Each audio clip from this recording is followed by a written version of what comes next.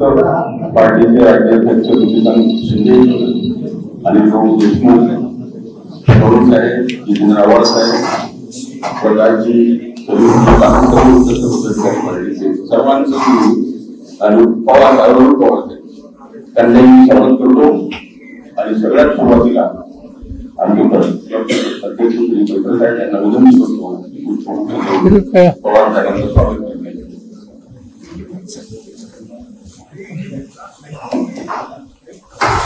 तसेच मी मंत्री साहेबांना विनंती करतो की शिंदे साहेबांचा सुद्धा स्वागत करतील.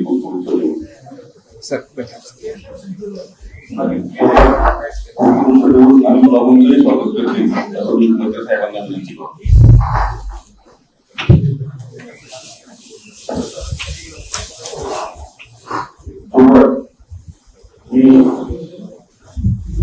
आता मी स्वतः जितेंद्र आव्हाड साहेबांचं स्वागत करतो.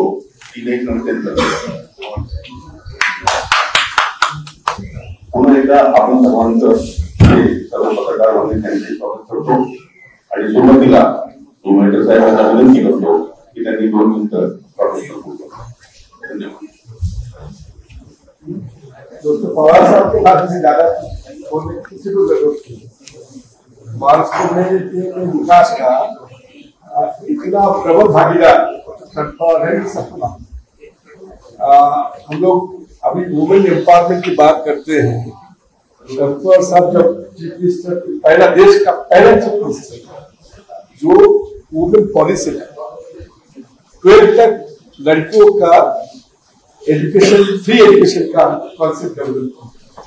हम लोग बरसों से बोलते थे कि एक्चुअली ये सिर्फ ये क्या बोलते लॉ इशू नहीं है, ये सोशो इकोनॉमिकल प्रॉब्लम है. ये पहली बार राठौर साहब ये उन्होंने बताया कि ये सिर्फ लॉ इशू नहीं है, ये सोशो इकोनॉमिकल प्रॉब्लम है.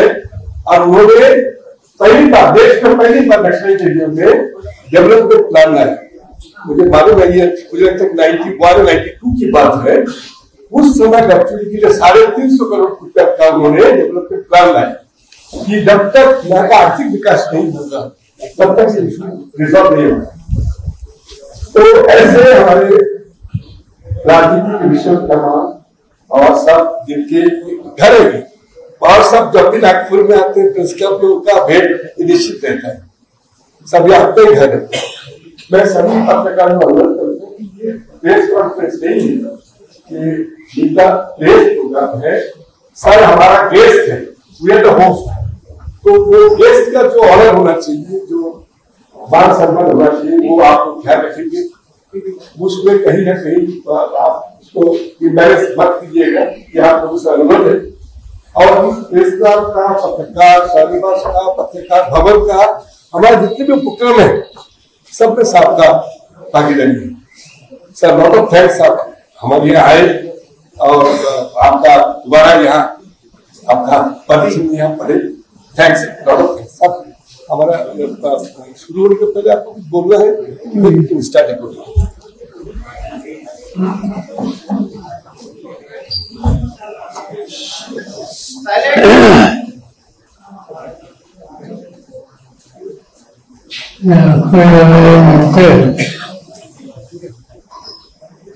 सगळ्यांना विषयाची संधी मिळते याचा पुन्हा प्रश्नाचा आनंद आहे. आज राष्ट्रवादी काँग्रेस पक्षाच्या वतीनं एक जागृती करण्याचा कार्यक्रम आसाममध्ये घेतला. आज राज्यामध्ये 50% पेक्षा अधिक कोरोनाची संख्या आहे. या घटकांना प्रश्नांना तोंड द्यावं लागतं. त्या प्रश्नाची सुरुवात करण्यासाठी एक जागृती करण्याची आवश्यकता आहे. आणि त्यासाठी आमच्या सरकारांच्या वतीनं हा एक मोठा कार्यक्रम संबंध राज्यामध्ये घेतलेला आहे. या कार्यक्रमाची सुरुवात आजच होईल.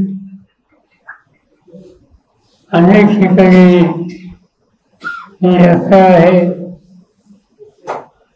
ज्या ठिकाणी जाईल त्या ठिकाणी जाहीर सभेचा कार्यक्रम आहे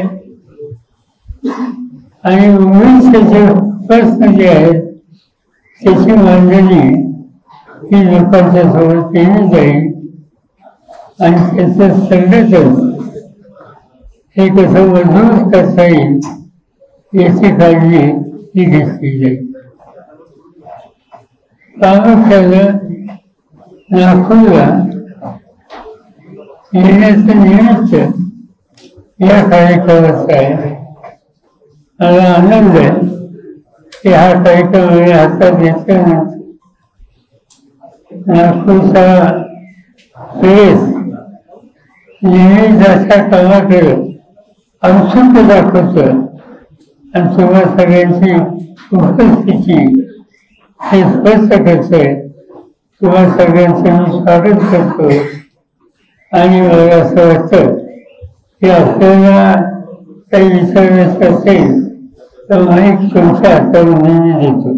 आता 2 दिवसाआधी राहुल गांधींनी म्हटलं होतं की महाराष्ट्रामध्ये मतांची चोरी निवडणूक आयोगाने केली आहे. या सगळ्या बाबतीत आपलं काय सहमत आहे?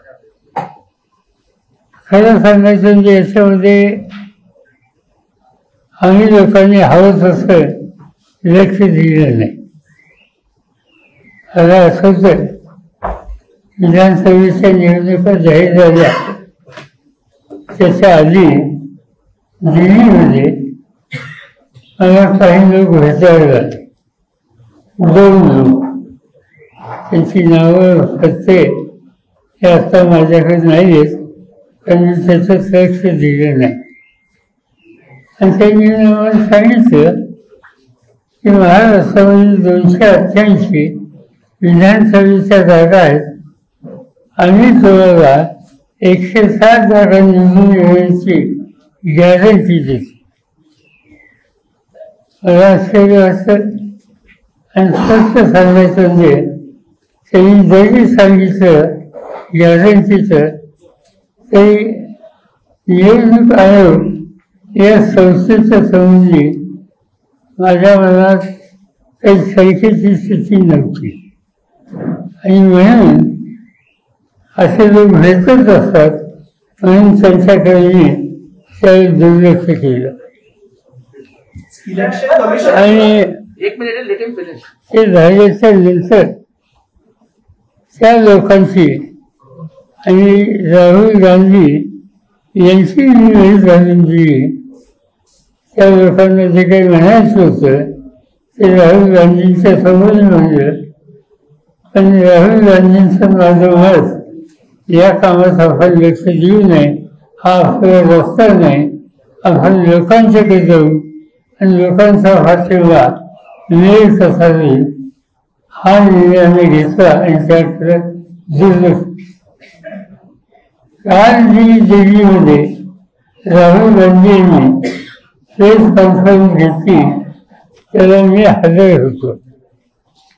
पहिल्यांदा एक गोष्ट सांगायची की मी कालपासून बघतोय की उद्धव ठाकरे हे होते ते कुठे बसले होते याच्यावरच लोकांचं लक्ष दिसतं. तिथं जे प्रेझेंटेशन होतं ते PowerPoint प्रेझेंटेशन हे होतं आणि ज्यावेळेला प्रेझेंटेशन बघायचं म्हणल्यावर सहसा जसं आपण सिनेमा बघायला जातो आपण पहिल्या लाईनला कधी बसत नाही, आपण पाठीमागच्या लाईनला बसतो. त्याच पद्धतीनं मी स्वतः आणि फारुख अब्दुल्ला आणि शेवटी बसतो. आमच्या घरं जवळ उद्धव ठाकरे होते, मुख्यमंत्री कर्नाटकचे होते. साधारणतः ही सांगायची आवश्यकता नाही की प्रत्यक्ष हिंद असेल त्याच्या 2 वर्षात नाही त्याच्या आम्ही दूर बसलो आणि दुर्दैवानं उद्धव ठाकरे कुठं बसले हा चर्चेचा विषय कारण नसताना या ठिकाणी केला तो भारताचा सोडून द्या पण ही जी प्रेस कॉन्फरन्स होती ही अतिशय कष्ट करून वेळ दिवसाची तयारी करून सखोल अभ्यास करून त्या ठिकाणी मांडलेली होती त्याच्यामध्ये 3-4 गोष्टी आल्यात एक काही एका गावामधलं एक घर एक व्यक्ती राहते आणि तिथे 40 लोकांनी मतदान केलेलं आहे अशी अनेक उदाहरणं ही त्या ठिकाणी दिली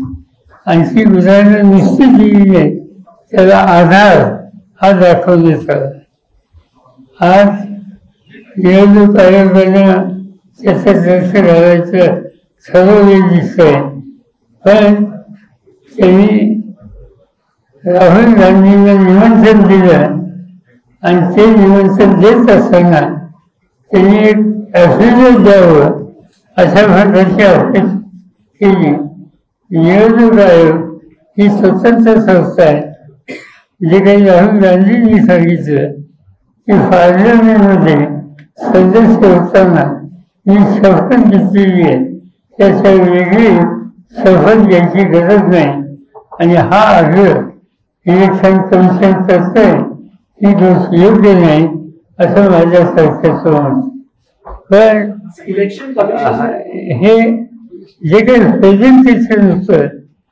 त्याच्यात सखोल जाण्याची गरज आहे संबंध या संसदीय लोकशाही पद्धतीच्या संबंधी लोकांच्या मध्ये सरकार निर्माण होणं हे योग्य नाही आणि त्यामुळं ह्याची सखोल चौकशी ही झाली पाहिजे दूध का दूध पाणी का पाणी हे झालं पाहिजे हा आमचा आग्रह आहे. मुख्यमंत्री म्हणाले या संदर्भामध्ये घोळ असू शकतो पण घोळ असू शकतो पण घोळाला अशा पद्धतीने चोरी म्हणणं चुकीचं आहे मतदार याद्यांमध्ये घोळ असू शकतो असं मुख्यमंत्री म्हणाले पण त्याला चोरी म्हणणं हे सगळेच सभेची स्क्रिप्ट आहे.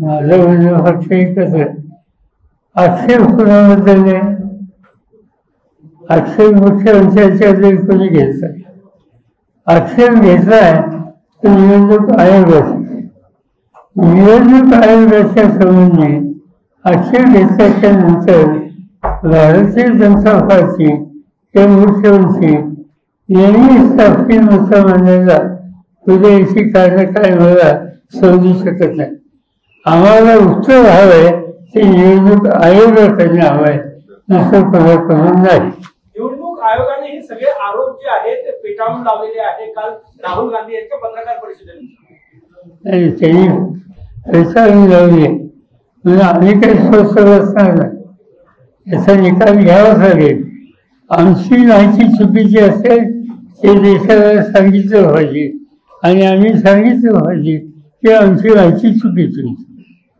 पण नसेल तर सत्य होतं हे यायला पाहिजे आणि म्हणून उद्याच्या सोमवारी संसदेचे जे आमच्या सगळे सहकारी आहेत आमच्या सगळ्यांचा एक मोर्चा निवडणूक आयोगावर सोमवारी 11 वाजता आहे.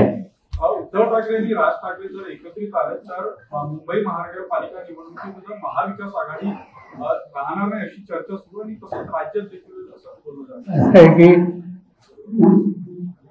नगरपालिका जिल्हा परिषद महानगरपालिका यांच्या निवडणुकीची आम्ही लोकांनी बसून अद्याप चर्चा केलेली नाही आणि त्यावर एखाद्या पक्षाने काही मतं मांडली असतील तर त्या संबंधी आज मी भाष्य करू शकत नाही पण आम्ही बसून चर्चा करून एक वाक्याचा करता येईल का हे प्रयत्न करणार. पवार साहब अमित शाह जी का ऐसा कहना है कि जो घुसपैठी है बाहर के नागरिक है उनके वोटर लिस्ट से नाम डिलीट किया जा रहा है जो कि बिहार मध्य प्रदेश छत्तीसगढ़ की जो बातचीत की जा रही है तो घुसपैठियों का वोट हटाया जा रहा है, इसीलिए इंडी गठबंधन को तकलीफ हो रही है।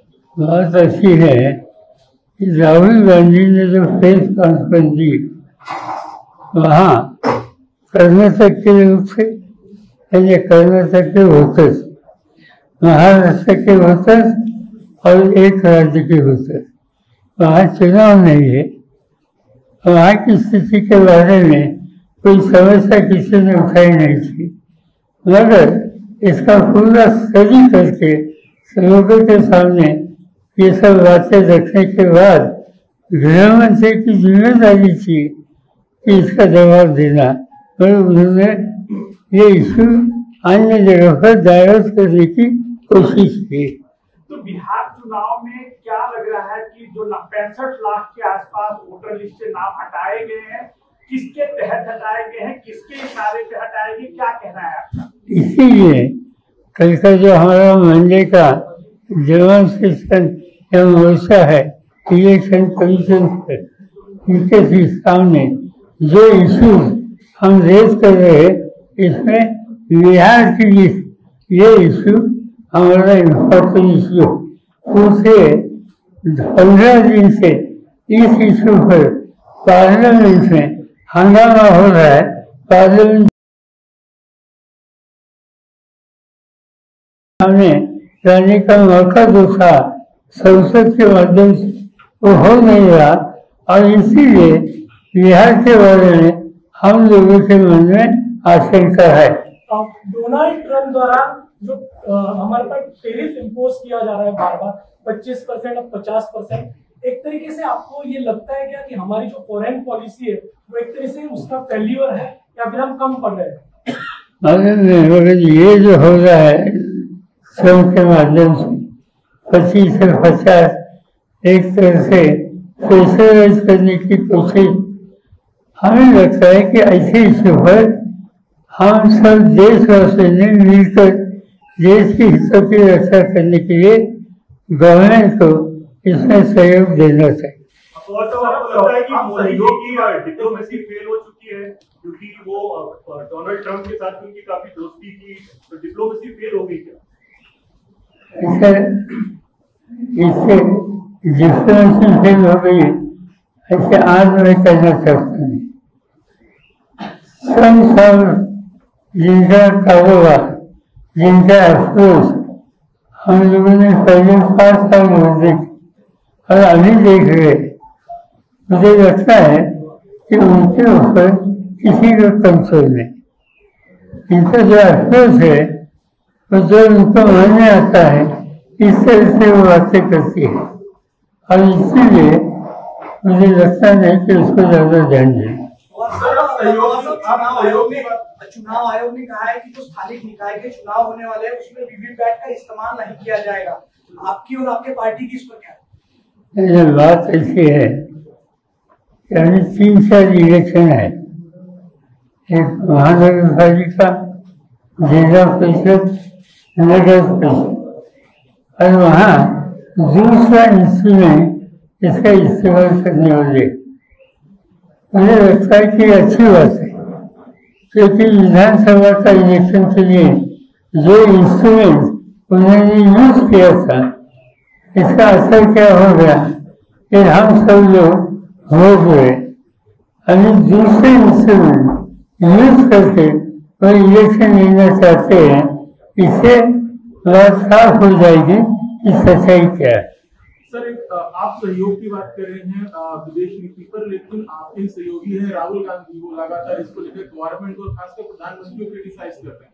उनका कहना है कि प्रधानमंत्री की जो डिप्लोमेसी की पॉलिसी है या विदेश नीति है वो कहीं न कहीं पूरी तरह निष्फल हो चुकी है, और सबसे प्रमुखता जो मित्र कहते थे वही मित्र आज जो है उन पर दबाव बना रहे हैं, टैरिफ ला रहे हैं, और ये सिर्फ इसलिए है कि सिर्फ और सिर्फ किस तरह दबाव बनाया जाए और एक प्रेशर बिल्डिंग किया जाए। और दूसरी चीज सर, एक ऑपरेशन सिंदूर को लेकर इनका कहना है कि एक दबाव के तहत जो है उस पर आपका पार्टी का रुख तो स्पष्ट है, लेकिन कहीं कहीं ये लगता नहीं है कि जिस तरह की बातें की जा रही हैं वो अलग है, क्योंकि आप कुछ अलग कह रहे हैं और आपके गठबंधन साथी कुछ अलग कह रहे हैं। ऐसी कोई बहुत कोई अंतर हमारे नहीं, अलग अलग बातें हम कहते नहीं।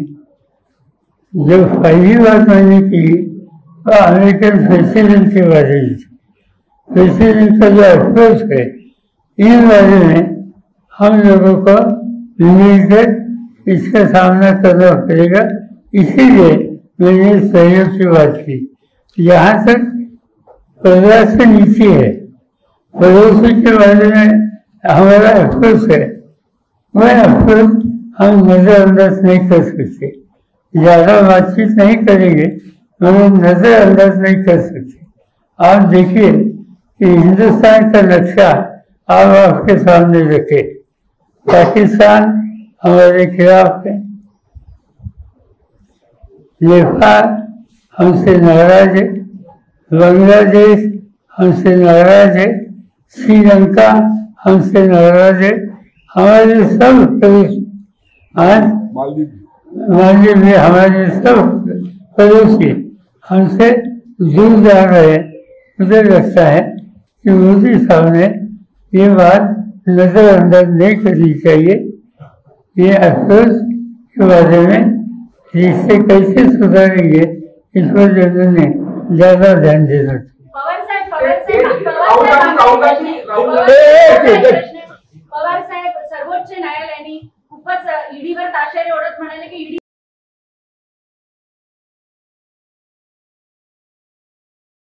5,000 केसेस मध्ये फक्त 10% दोष सिद्धी होते आहे। तुम्ही आणि विशेष न्यायालय बनवले पाहिजे ईडीचे आणि लवकर त्यांची सुनावणी झाली पाहिजे। तुम्ही या टिप्पणीकडे सर्वोच्च न्यायालयाची सर्वोच्च न्यायालयाने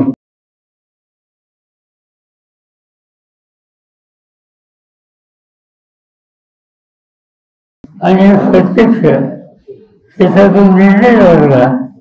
निर्णय बघितल्याच्या नंतर अतिशय कमी लढाईवर त्या ठिकाणी कोर्टाने ईडीची भूमिका मांडली।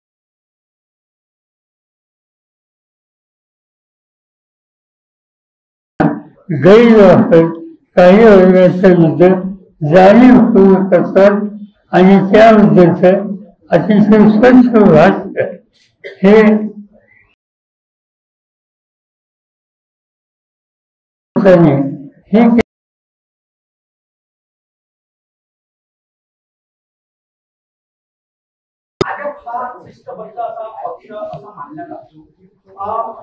एक वक्तव्य आरएसएस प्रमुख मोहन भागवतांनी केलेलं होतं की 75 वर्षानंतर निवृत्तीचा हात आणि न कळत एक टोला लगावला होता। आता 17 सप्टेंबरला प्रधानमंत्री नरेंद्र मोदी हे 75 वर्षाचे होत आहेत। तुमचं मत काय यावर? माझं मत मी काही मत देऊ शकत नाही, पण मला एक गोष्ट असते की आरएसएस आणि त्यांच्या संघटनेचं एक वैशिष्ट्य की ते अत्यंत शिस्तबद्ध संघटना। निर्णय एखादा झाला तर त्या निर्णयाच्या संबंधी चर्चा करायची पद्धत तिथं नसते, त्या निर्णयाची अंमलबजावणी करायची असते। आणि म्हणून ही जी परंपरा आरएसएसची अनेक वर्ष जतन केलेली आहे आणि त्याला आपण जिथं बसलोय तिथून आशीर्वाद आहे। त्यामुळं शिस्तीचं पालन याच्याकडे दुर्लक्ष होईल असं वाटत नाही। राहुल गांधी यांची जी कार्यक्रम झाला दिल्लीला त्यात उद्धव ठाकरे यांना मागे बसवले बोला। आपको क्या लगता है कि इलेक्शन कमीशन की इंटीग्रिटी कॉम्प्रोमाइज हुई? इतने एलिगेशंस आ रहे हैं और इंक्वायरी नहीं कर रही है वोटिंग लिस्ट मैनिपुलेशन में, आपको लग रहा है कि उनकी इंटीग्रिटी कॉम्प्रोमाइज हो रही है? बात इसकी है, जो बातें राहुल गांधी ने सामने रखी विथ ऑथेंटिक प्रूफ वो हम नजर नहीं कर सकते। इसके डिटेल में जाना पड़ेगा, सच्चाई क्या है उन लोगों को सामने लानी चाहिए। हम जो कहते हैं इसमें सच्चाई नहीं हो वो भी साफ होना चाहिए, क्योंकि इलेक्शन कमीशन एक इम्पोर्टेंट इंस्टीट्यूशन है। ये इंस्टीट्यूशन की इज्जत रखनी चाहिए। पवार साहेब, एकनाथ खडसे यांच्या जावयाच्या प्रकरणावरून कुठेतरी संशयालाही घेण्याचा प्रयत्न होतोय. राजकीय लढाई वैयक्तिक स्तरावर येऊन पोहोचलेली आहे. असं आहे की खडसे साहेब त्यांचं एकंदर पॉलिटिकल करिअर बघितलं तर त्यांचं 80% करिअर हे त्यांच्या जे हल्ला करतात त्यांच्यावर होतं. जी व्यक्ती एकेकाळी भाजपच्या वतीनं विधिमंडळामध्ये त्यांची काही मतं भिन्न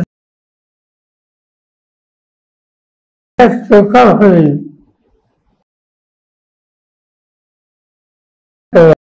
याचं तारतम्य या ठिकाणी उपराष्ट्रपति का चुनाव के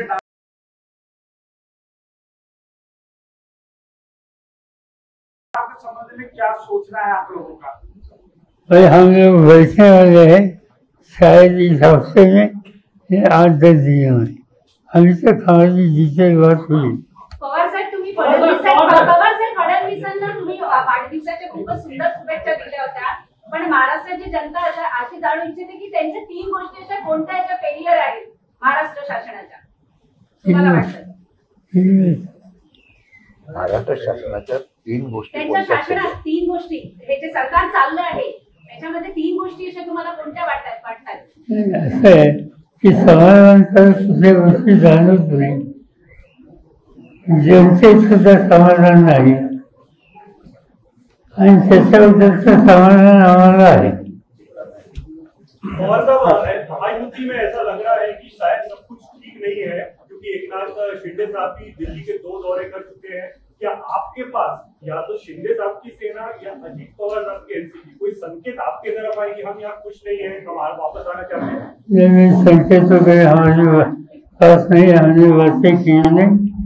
और शिंदे साहब उनको कई सालों से हम जानते हैं, न बोले इनका एक स्वभाव है, हम बोलते नहीं कभी और करने में कभी पीछे देते और इनसे आगे उनका किस तरह से असर होगा इसका अंदाजा अभी जल्दी आएगा. दोन्ही राष्ट्रवादी एकत्र येणार असं खूप चर्चा चालू होती, मध्ये आता चालू आहे, त्याच्याबद्दल काय म्हणतात? असं काही आम्ही राष्ट्रवादी काँग्रेसमध्ये काम करणारे लोक आहोत. आम्ही आमच्या विचाराने करत असतो. इतरांच्यावर सहकार्य करण्याच्या बाबतीत आमचा विरोध नसतो, पण आमचं एक सूत्र आहे की भारतीय जनता पार्टी यांच्या समेत कोणी जात असेल तर त्यांच्यावर आम्ही नाही. बीच में खबर आई कि भाजपा प्रवक्ता उनको हाईकोर्ट में जज भी बनाया गया, ऐसा कांग्रेस के लोगों ने जिसको ट्वीट किया था, आपका इस पे प्रतिक्रिया? एक हाईकोर्टचा जज महिला प्रवक्ता होते काँग्रेसचा, बीजेपीच्या.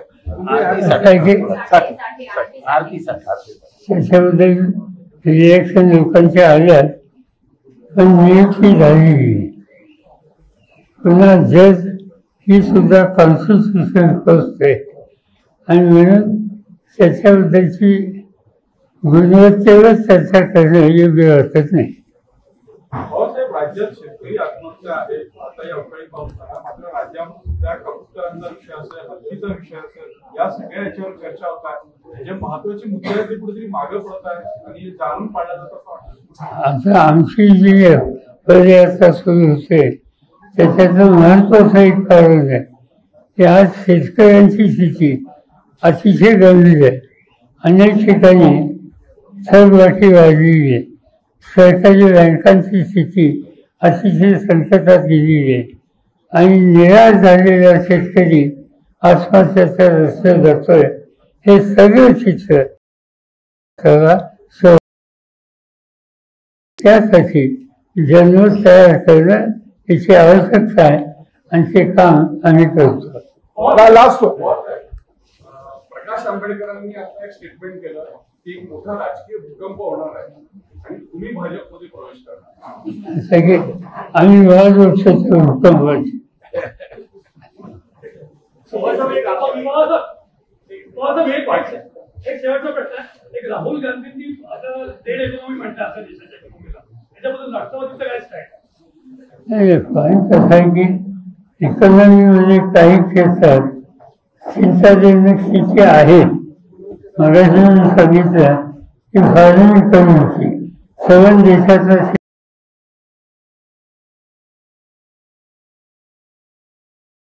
त्या संबंधीचा भाग केलं तर त्याची नोंद गांभीर्याने घेतली पाहिजे. स्पेसिफिक सवाल कि जो सेकंड रंग ऑफ लीडरशिप है तो है आप प्रेरणा स्रोत है पार्टी के लिए, मगर आपके बाद भागदौड़ उतारने के लिए आप अभी से किसको रेडी कर रहे हैं? आपकी नजर में कौन है? और एक उससे जुड़ा सवाल ये कि क्या इस नेक्स्ट लीडर का खासदार आमदार होना जरूरी है क्या, या उन्होंने सिर्फ पार्टी पर फोकस करना? नहीं, बात ऐसे कि नेक्स्ट लीडर कौन होगा, हमारे पास कितने साथी है. अभी मेरे साथ 400 जो बचे हैं, इसमें हर व्यक्ति राज करने के लिए काबुल है, हर व्यक्ति पार्टी को मजबूत करने के लिए काबुल है, और इसके कोई कमी से इसमें नहीं है. Thank you.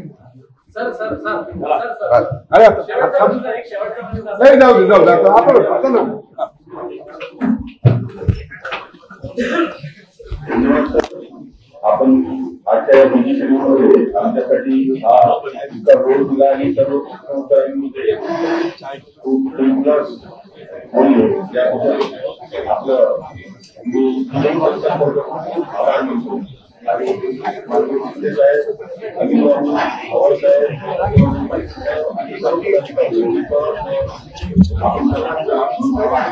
धन्यवाद.